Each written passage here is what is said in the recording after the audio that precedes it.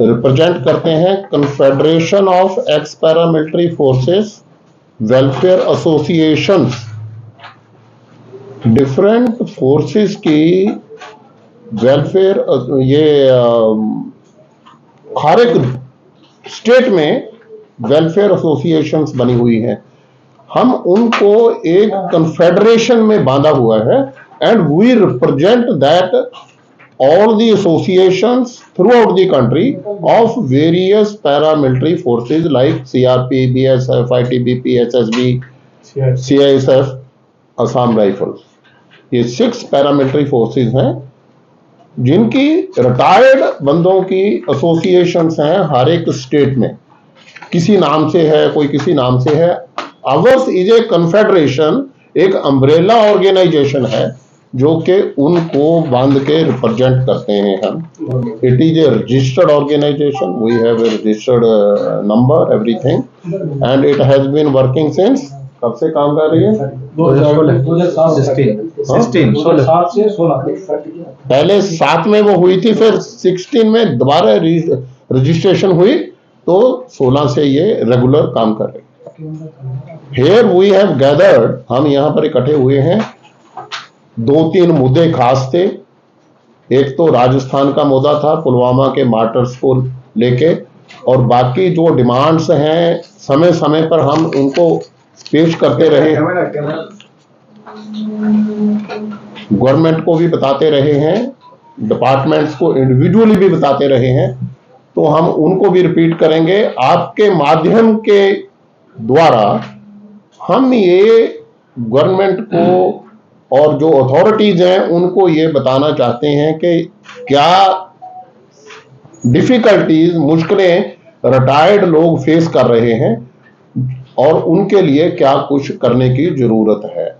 Welfare measures, उनके resettlement के लिए, जो मार्टर्स हो जाते हैं, शहीद हो जाते हैं जो अलग अलग जगह पे, या दूसरे भी रिटायरीज हैं, उनके लिए क्या सुविधाएं होनी चाहिए। जैसे कि आर्म्ड फोर्सेस, आर्म्ड फोर्सेस मेरा कहने का यहां पर मतलब है आर्मी, नेवी, एयरफोर्स, उनके संगठित ऑर्गेनाइजेशन है वो, उनके परमानेंट रिहेबिलिटेशन के डायरेक्टरेट हैं, उनके लिए अलग से सैनिक, जिला सैनिक वेलफेयर बोर्ड है, स्टेट सैनिक वेलफेयर बोर्ड है, जबकि पैरामिलिट्री फोर्सेस के लिए ऐसी कोई सुविधाएं या ऐसी कोई संस्थाएं ग्राउंड पे उपलब्ध नहीं है। ये हम बताना चाहते हैं, ये डिमांड है। इसमें आपको अभी कॉपी शायद दे दी है, तो हमारी कुछ डिमांड है, कुछ ये राजस्थान में जो उनके साथ में दुर्व्यवहार किया है शहीदों की विधवाओं के साथ में, तो उसके बारे में हम चर्चा करेंगे, इसलिए हम यहाँ पर इकट्ठे। राजस्थान वाले विषय पर बात करेंगे जी। राजस्थान में जो हुआ वीरांगनाओं के साथ, उस विषय पर बात करेंगे। राजस्थान में हमारे 3 पुलवामा में 40 लोग शहीद हुए थे 14 फरवरी 2019 को। जब वो उनकी बॉडीज आई अपनी अपनी वेटेज लेने के लिए, अलग अलग मंत्रियों ने, चीफ मिनिस्टर्स ने हर एक स्टेट में अलग अलग अनाउंसमेंट करी। जैसे कि राजस्थान में भी 3 वो हैं, उनके नाम हैं यहाँ पर हमारे पास। ये मंजू जाट है जो रोहतास लांबा की पत्नी है, और शहीद हेमराज मीना की पत्नी है मधुबाला मीना, और शहीद जीत राम की गुजर की पत्नी है सुंदरी देवी। ये इनके हस्बैंड वहां पर शहीद हुए।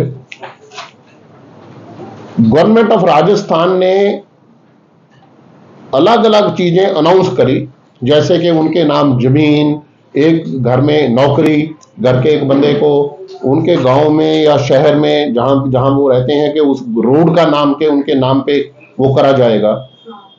जब अभी 3-4 उस रोड का नाम रखा जाएगा उनके नाम पे। आप कुछ कहना चाहते? नहीं सर, आप कहना। हाँ, नाम रखा जाएगा ताकि उनका नाम कायम रहे, जीवित रहे। उस टाइम तो उन्होंने वेटेज ली ये करके, लेकिन अभी 4 साल के बाद जब वो वहां पर ऐसा कुछ हुआ नहीं, तो वो उनको सीएम साहब को मिलने के लिए गए। वो तो बाद में सीएम को मिलने के लिए गए अशोक गहलोत जी के उसमें, तो वहां पर जो सिक्योरिटी वाले थे उन्होंने उसको गिरफ्तार करके भगा दिया। उनके साथ में गंदी गंदी गालियां भी बोली उनको, वो करी भाग जाओ, ये है वो है फलाना है। उसके बाद वो सचिन पायलट जो उप मुख्यमंत्री थे पहले, उनके भी उधर गए, उन्होंने भी उनको टरका दिया। वो धरने पे बैठ गई, वो पुलिस बुला के एक मंत्री के डायरेक्शन पे और अधिकारी जो थे वहां पर उनके डायरेक्शन पे उनके साथ में दुर्व्यवहार किया गया। अब ऐसी कोई ऑर्गेनाइजेशन तो है नहीं कि वो जाके अपना केस पुटअप कर सकें। हमारे ये कन्फेडरेशन के यहाँ पर से नुमाइंदे गए, वो भी मिले उनको, सीएम और उनको भी मिलने की कोशिश करी, उनको तो ज्यादा टाइम नहीं दिया उन्होंने, और जो विधवाएं थी उनको मिले वो, उन्होंने अपनी दुख दर्द बताया। तो इसलिए हमने लिखी है चिट्ठी, सभी डीजीज को भी लिखी है कि ऐसे ऐसे होनी चाहिए। इस प्रेस कॉन्फ्रेंस या आपके माध्यम से हम ये बताना चाहते हैं कि ऐसा हो रहा है, ताकि गवर्नमेंट को चाहिए कि एक स्ट्रीमलाइन इंस्ट्रक्शंस वो कर दे कि ऐसा दुर्व्यवहार या जो अनाउंस किया है, प्रोनाउंस किया है, आपने प्रॉमिस किया है, वो उनको सुविधाएं, उनको जो अवार्ड मिलना चाहिए। सर इसमें मुख्य बात यह है, आप जो बात करें पुलिस ने जो दुर्व्यवहार किया वो जायज मांग है जी, लेकिन जो वीरांगना है वो डिमांड कर रही है कि देवर को नौकरी दी जाए। मुख्यमंत्री कह रहे हैं कि देवर को नौकरी देंगे तो कल को बच्चा बड़ा होगा तो बच्चे को नौकरी कहां से देंगे? नहीं, वो इमीडिएटली देंगे। उन्होंने प्रॉमिस वो ले लेंगे एफिडेविट कि हम एक नौकरी प्रॉमिस करी है, वो एक नौकरी दें, उनसे एफिडेविट ले लें। दूसरी बात, वो उनको ये मैसेज जाए पब्लिक को कि, और जो उन्होंने दुर्व्यवहार किया है कि आगे से ऐसा दुर्व्यवहार ना हो, ये जरूरी है कि उनको पनिशमेंट देना, पुलिस वालों को पनिशमेंट देना ये बहुत जरूरी है। जो भी रिस्पॉन्सिबल है पुलिस वाला, या उसको किसी ने ऑर्डर किए, किसी मंत्री ने ऑर्डर किए कि ऐसे कर दो, भगा दो इनको, पिटाई करो, इनको गालियां दो, ये करो वो करो, हम एक मैसेज और एक चाहते हैं प्रॉमिस फ्रॉम द गवर्नमेंट कि ऐसे government of India instructions issue करे, एसओपी इशू करे, standard operating procedure, and send it to all the governments, state government, so that के ऐसे ही दुर्घटना, ऐसा व्यवहार फ्यूचर में आगे ना हो सके। क्योंकि शहीदों ने अपनी जान दे दी, लोगों ने देश के लिए, उनका क्या कसूर है कि उनकी ये विधवाएं बेचारी अगर जाएं तो उनको धुतकार दिया जाए, ये है हमारा, पीट दिया जाए। आपने तमाम अथॉरिटीज से बात कर ली, डीजीज को लेकर लिख दिया जी, अब भी अगर वो जो तमाम पुलिस के अधिकारी उन पर कार्रवाई नहीं हुई या भविष्य में ऐसी कोई प्रावधान नहीं हुआ तो क्या रूपरेखा आगे के लिए रहेगी? नहीं, हम तो कह रहे हैं ना कि स्टैंडर्ड ऑपरेटिंग प्रोसीजर बना दिया जाए, ठीक है, और वो नहीं होएगी तो फिर अगेन एजुटेशन हो। और हम ये मांग रहे हैं, इस विज्ञापन के थ्रू हम ये मांग रहे हैं आपके पास, आपके थ्रू मांग रहे हैं कि एक हफ्ते में ही उनके ऊपर कार्रवाई की जाए, वो जो पुलिस वाले हैं या जो भी बंदे इन्वॉल्व हैं।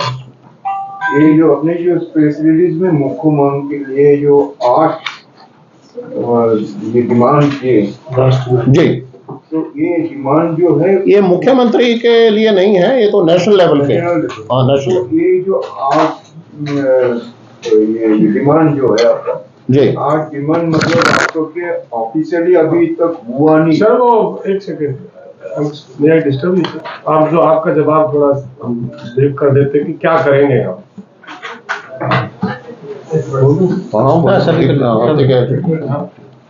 एक्चुअली आपने पूछा कि मैं सेक्रेटरी जनरल हूँ, मैं इंडिया का। अभी क्या होता है कि हम लोग फोर्स के जवान हैं, अभी भी अपने आप को जवान मानते हैं, अनुशासन में रहना पसंद करते हैं। अभी हम मीडिया के थ्रू निवेदन कर रहे हैं और सीनियर अधिकारियों और मंत्रियों के पास भी जा रहे हैं। अभी भी हम खड़गे साहब से को मेमोरेंडम देने गए थे और 3 बजे के बाद फिर मुलाकात होगी। हम लोग 12 लाख रिटायरीज हैं, 6 लाख से भी ज्यादा गांव हैं हिंदुस्तान के अंदर।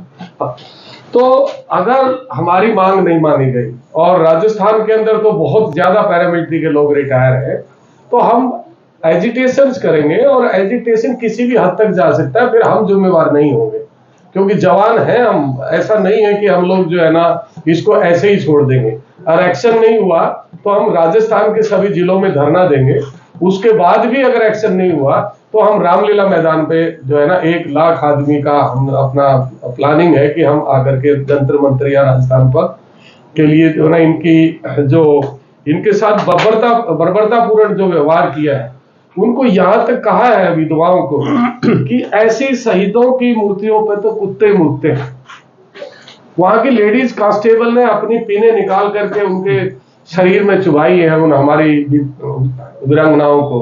अब ऐसा हम देखें हमारी बहन बेटी को अगर कोई ऐसा बदतमीजी करे, वो तो शहीदों की वीरांगनाएं हैं, तो कुछ किसी भी हद तक जाएगी, एजिटेशन करेगी, कोर्ट केस करेगी, तो ऐसा हम चुप रहने वाले नहीं। आज आपके थ्रू हम निवेदन कर रहे हैं सरकार से कि एक जांच कमेटी गठित की जाए और जो दोषी है उनके खिलाफ एक्शन लिया जाए, और उनको नजरबंद किया हुआ है। अभी तो कल हमें पता लगा है कि उनके घरों से पुलिस हटा दी है। रात के 3 बजे उठा करके उनको ले जाना, मारपीट करना और फिर घरों में पुलिस लगा देना। ये हमारे किरणपाल जी चीफ कोऑर्डिनेटर और मनोज तेवतिया हमने भेजे थे वाइस चेयरमैन, इनको भी बड़ी मुश्किल से उनको मिलने दिया गया है। ये एक छोटा मुद्दा नहीं है। महिलाओं का सम्मान की बात करते हैं आप, शहीदों की विधवाओं का सम्मान नहीं कर सकते, तो ये प्रजातंत्र तो ये हो नहीं सकता।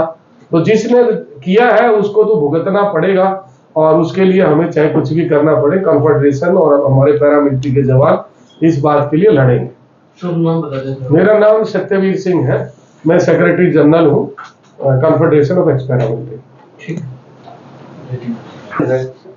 तो ये डिमांड मतलब अभी एक फ्रेश डिमांड है ना ऑलरेडी? नहीं, पहले भी हम मिले थे, एमओएस होम से भी मिले थे मिस्टर नित्यानंद राय से। उनको भी ये डिमांड दी गई थी कि जैसे सीजीएचएस का हर एक डिस्ट्रिक्ट में सेंटर हो, ये हो डिस्पेंसरी और वगैरह वगैरह, और ये आर्मी की पैटर्न पे वैट नहीं लगना चाहिए, सीएसडी कैंटीन की फैसिलिटीज होनी चाहिए। अभी कुछ उसमें की गई हैं, लेकिन these are not on par और equivalent to the armed forces.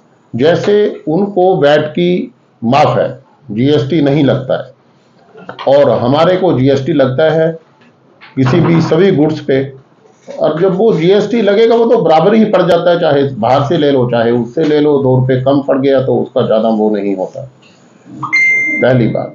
दूसरी बात, हमने ये डिमांड दी थी, हम क्यों आपके थ्रू ये कहना चाहते हैं, हमारी कोई और ऑर्गेनाइजेशन ऐसा नहीं है कि जैसे डायरेक्टरेट ऑफ रीसेटलमेंट आर्मी का है, डायरेक्टरेट ऑफ वेटरन्स आर्मी का है, army navy air force armed forces का, ऐसी कोई माध्यम नहीं है, ऐसा कोई स्टेज नहीं है जहां पर हम जाके ये बता सकें। ये तो कन्फेडरेशन है, हम एक नुमाइंदे हैं अलग अलग एसोसिएशन के यहाँ पर सेंट्रली, जो ये डिमांड हम अपनी तरफ से लेटर लिखते रहते हैं, उनको बताते रहते हैं। एचएम साहब को भी लिखा, डीजीज को भी लिखा अलग अलग उसके लिए, और एक आपके माध्यम से सेंट्रल तरीके से कि ये होना चाहिए, ये हम बताना चाहते हैं। बाकी जो हैं ओहदेदार अलग अलग वो हैं, जैसे वाइस चेयरमैन हैं, चीफ कोऑर्डिनेटर हैं, ये सिर्फ दिल्ली में नहीं सारी स्टेट्स में जाके, त्रिपुरा बेंगलोर जाके ये उनसे मिलते हैं, विडो से रिटायरी से मिलते हैं जाके, और उनके फीडबैक लेते हैं कि क्या आपको मुश्किल है, क्या आपको प्रॉब्लम है। ये यही नहीं कि हम यहाँ बैठे टेलीफोन पे वो करते हैं। आपने अभी बताया कि 12 लाख रिटायर्ड पैरामिलिट्री के जवान ऑफिसर जो है ना पूरे हिंदुस्तान के अंदर फैले हुए हैं, और सभी डिस्ट्रिक्ट्स के अंदर उनकी एसोसिएशंस हैं। अब उनके साथ में संपर्क किया जा रहा है, और जिस दिन हम लोग इकट्ठे हो जाएंगे तो 1 लाख 2 लाख फौजियों को यहाँ आना, पैरामिलिट्री वालों को। प्रॉब्लम तो ये है कि कॉन्स्टिट्यूशन ऑफ इंडिया के अंदर जो CRP, BSF, ITBP, Assam rifle, ये 6 जो पैरामिलिट्री हैं, इनको सशस्त्र बल डिक्लेयर किया है।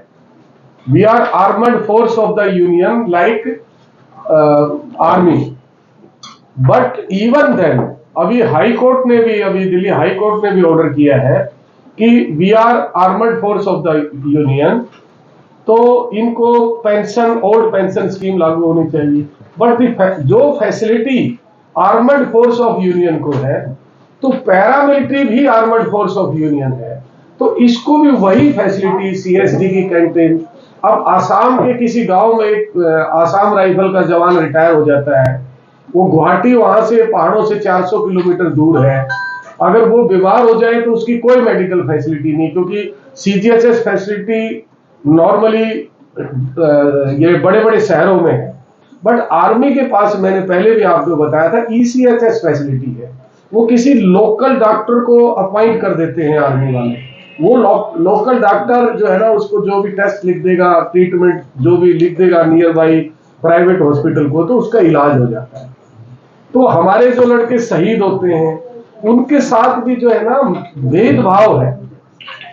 जो फैसिलिटी आर्मी को मिलती है, उनको गैस स्टेशन मिलता है, उनको कोई और जो है ना बिजनेस मिलता है।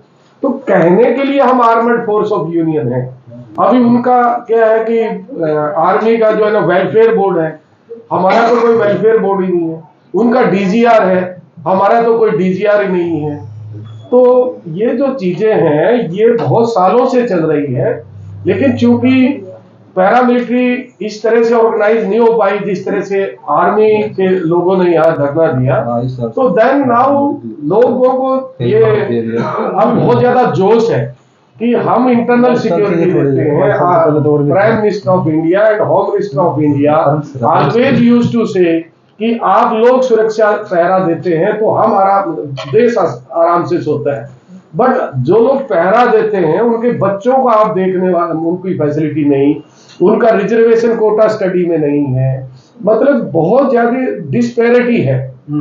और इस डिस्पैरिटी को, ये कोई बहुत बड़ा मैटर नहीं है, बट रिटायर जवान है, उनका मनोबल गिरा हुआ है, उनकी कोई श्योरिटी नहीं है ना। ओल्ड पेंशन स्कीम की वजह से भी प्रॉब्लम आई हुई है, कोर्ट ने कह भी दिया है, सेंट्रल गवर्नमेंट से, गवर्नमेंट ऑफ इंडिया से हाई कोर्ट ने जवाब भी मांगा है। तो वाइस चेयरमैन हूँ confederation of ex paramilitary force welfare association का। आज का हमारा उद्देश्य, मैं पहले आपको धन्यवाद देना चाहूंगा, पत्रकार, छायाकार और मीडिया बंधुओं को, और माननीय डीजी साहब है, जनरल सेक्रेटरी साहब है, और हमारे सम्मानित रिटायरी सेवानिवृत्त जो यहाँ पर पधारे हैं, उनको मैं हार्दिक अभिनंदन करता हूँ। तो आज का हमारा स्लोगन ये भी था कि शहीदों का अपमान नहीं सहेगा हिंदुस्तान। जब ये खबर 1 मार्च की घटना है, न्यूज चैनल और मीडिया चैनल पे चल रही थी, तो पूरा देश गमगीन हो गया था। जैसा कि डीजी साहब ने सारा वर्णन कर दिया है, हमको आदेश मिला डीजी साहब की तरफ से और संधू साहब की, जनरल सेक्रेटरी साहब की तरफ से, तो हम राजस्थान में गए। हमने वहां घर घर जाकर के उनके परिवार से उनकी जांच की और निरीक्षण किया। जो मीडिया कुछ और दिखा रही थी वहां पर, जैसा कि उनकी मांगे थी, तत्कालीन राजस्थान की कांग्रेस सरकार ने वहां पर घोषणा की कि परिवार के एक आदमी को नौकरी मिलेगी और उनकी प्रतिमा, उनकी मूर्ति राजस्थान सरकार लगाएगी, रोड उनके नाम पे बनेगी, सड़क जो भी लिंक रोड होगी, और जो वहां का स्कूल कॉलेज होगा वो उनके नाम पर होगा। उन महिलाओं के पास में, उन परिवारों के पास में उनकी वीडियो क्लिक है जो तत्कालीन सरकार के मंत्रियों ने उनसे वायदे किए। वो कोई मांग मांगने के लिए नहीं गई थी, जो सरकार ने घोषणा करी थी उनके लिए गई थी, और 4 साल से उनको कुछ नहीं मिला। वहां पर जो राजस्थान की सरकार और पुलिस ने उनके साथ बर्बरतापूर्ण व्यवहार किया, और डीजी साहब ने बता ही दिया। नौकरी की बात है, अगर वो परिवार एफिडेविट देता है देवर के साथ वो मैरिज कर ली है, तो वो कानून है कि उसको नौकरी मिलेगी। बाकी उनको कोई मांग नहीं मिली, वो अभी भी नजरबंद थी। 2 दिन पहले उनका पहरा, जहां 25-25 गार्ड, 11-11 गार्ड उनको लगा रखे थे, वो बाजार भी नहीं, मार्केट भी नहीं जा सकती थी, ना कहीं जा सकती थी, उनको नजरबंद कर रखा था। हमने ये मैटर पक्ष और विपक्ष दोनों को रखा कि हम शहीदों का अपमान नहीं झेलेंगे, और हमने वहां एजिटेशन भी किया, भीलवाड़ा के अंदर ज्ञापन भी सौंपा माननीय राज्यपाल श्री कलराज मिश्र जी को, और मुख्यमंत्री जी को भी ज्ञापन दिया, और भीलवाड़ा में भी हमने एजिटेशन किया। आगे की रणनीति साहब ने बता दी। और मैं भी बताना चाहूंगा कि अगर ये शहीद वीरांगनाओं के साथ न्याय नहीं हुआ तो हम राजस्थान के 33 जिलों में आंदोलन करेंगे। मेरा नाम एस मोहन राव, कॉर्पोरेशन का सेक्रेटरी हूँ। मैं आंध्र प्रदेश से आया हूँ अभी। इसलिए जो हम ड्यूटी करते हैं, आर्मड फोर्स का ड्यूटी करता है बॉर्डर में, हमको रखा गया सरकार ने CCSR रूल में, मतलब सेंट्रल सिविल सर्विस रूल में हमको रखा गया। उसी पॉइंट पर हम धोखा हो रहा है। जो पोस्टमैन होता है, पोस्ट मास्टर, उसका जो लागू है, जो बॉर्डर में ड्यूटी कर रहा हमारे जवान को वही लागू है, गवर्नमेंट का पेंशन का रूल का अंदर। सबसे पहले ये रूल हमारे लिए सेपरेट होने से हमको फायदा मिले। आप लोगों ने से मतलब एक जवान बॉर्डर में गोली खाता है, एक रेलवे, एक पोस्टल डिपार्टमेंट, ये सारे सिविलियंस है, इनका साथ में हमारा पेंशन को तय करके रखा हुआ है। जब जवान अभी शहीद बोलता है पुलवामा में, वो पेपर में शहीद नहीं है, गवर्नमेंट तरफ से शहीद का दर्जा हमको मिला नहीं। कोई भी जाएगा शहीद बोलेगा, कुछ टाइम के लिए जनता भी खुश, फिर बाद में वो भूल जाए। अभी असम में एक संगठन हुआ है, दुश्मन का गोली से एक आर्मी का जवान शहीद हुआ है, एक असम राइफल का जवान भी शहीद हुआ। उसको शहीद घोषित किया आर्मी वालों को, हमारा जो जवान को घोषित नहीं किया है। पूरा बेनिफिट उसको मिला, वो गोली एक ही है, लेकिन नुकसान किसको हो रहा है? हम भी वही काम कर रहा है। कम से कम ये सोचना चाहिए सरकार, इनका सबको छोड़ करके बॉर्डर में ड्यूटी दे रहा है, इनको सेपरेट रख करके सुविधा देने से देश तो कोई गरीब नहीं है। ये हमको थोड़ा आर्म फोर्सेज जो है वो डिफेंस मिनिस्ट्री, आप लोग हैं मिनिस्ट्री ऑफ होम अफेयर्स। तो मिनिस्ट्री ऑफ होम अफेयर्स क्या मतलब डायरेक्शन किससे लेगा? डिफेंस मिनिस्ट्री से लेगा क्या? Will be ruled by the court जो ये करेगा, डायरेक्शन देगा? सर, जो भी होम मिनिस्टर है अंडर में हम लोग आ रहा है, कम से कम वो तो सोच कर कुछ सुविधा तो दे सकता है ना। वो तो ठीक है, दे सकता है, होम मिनिस्ट्री तो देगा, लेकिन जो चीज आर्म फोर्सेस को मिल जाता है फटाफट, वो आप लोगों को देने में जो कोर्ट का जो ये जो डायरेक्शन जो है वो लागू क्यों नहीं कर रहा है? इसीलिए बुलाया आज आपको कि कोर्ट ने भी डायरेक्शन दे दिया, कॉन्स्टिट्यूशन में भी लिखा हुआ है। इवन देन जो है ना, गवर्नमेंट इसके बारे में, not only this government, continuously what ever the government, जो भी गवर्नमेंट आई है, पैरामिलिट्री के साथ सौतेला व्यवहार किया है। बोलिए। हाँ बताइए। शार्दुल बोलिए। अभी जैसे कि नमस्कार, मैं दिलीप शार्दुल, मैं महाराष्ट्र से आया हूँ। शहादत क्या होती है ये शहीद परिवार से पूछे, शहादत क्या होती है शहीद परिवार से पूछे, लेकिन शहीद का दर्जा ना मिले ये हम किससे पूछे? 18,000 किलोमीटर सीमा रेखाओं पर बीएसएफ, ITBP, SSB, पूर्वोत्तर प्रहरी, असम राइफल्स बॉर्डर की ड्यूटी देती है, सीमा का संरक्षण देती है। धधकती ज्वाला कश्मीर और नक्शे वाले क्षेत्रों में CRPF के जवान दिन रात शहीद हो रहे, ड्यूटी दे रहे, नक्सलवादियों से आप खुद देख रहे हैं। CISF के जवान मेट्रो, परमाणु परीक्षण, जहाँ भी औद्योगिक संस्थान, वहाँ पे ड्यूटी दे रहे हैं। तो ये क्या, ये 24 आवर्स ड्यूटी देने के बावजूद भी सरकार उनकी हक और अधिकार से वंचित रख रही है? क्या ये संविधान के अंदर में आता है? जब आर्टिकल 246 में लिखा गया है कि army, navy, air force and other forces and the rules union of लागू, मगर लागू होते हुए भी सरकार क्यों नहीं दे रही है? अगर इतनी दुग्ध व्यवस्था में अगर ये पड़ी हुई है, तो जैसे कि फर्स्ट में 2017 में पाकिस्तान बॉर्डर पर इंडियन आर्मी का एक नायक सूबेदार, BSF का एक हवलदार एक ही पोस्ट पर ड्यूटी दे रहे और दोनों को भी गला काट के ले गए। दुश्मन तो एक था, दोनों को भी ले गया। लेकिन जब इंडियन आर्मी के नायक सूबेदार को शहीद का दर्जा दे दिया, और जो BSF का जवान है इसका बलिदान का दर्जा भी नहीं, उसको सोई सुविधा भी नहीं। सीमा रेखाओं की ड्यूटी तो दोनों भी कर रहे हैं ना। आज की डेट में सीमा रेखाओं पर अगर पूरी पैरामिलिट्री फोर्स फैली हुई है और 250 किलोमीटर इंडियन आर्मी पीछे बैठी हुई है, लेकिन ये सरकार उनके साथ, हमारे साथ ऐसा भेदभाव क्यों कर रही है? ये तो साफ साफ जाहिर हो रहा है, ये सौतेला व्यवहार है। ठीक सर। तो मैं पत्रकार भाई से इतना ही निवेदन करता हूँ इस पर।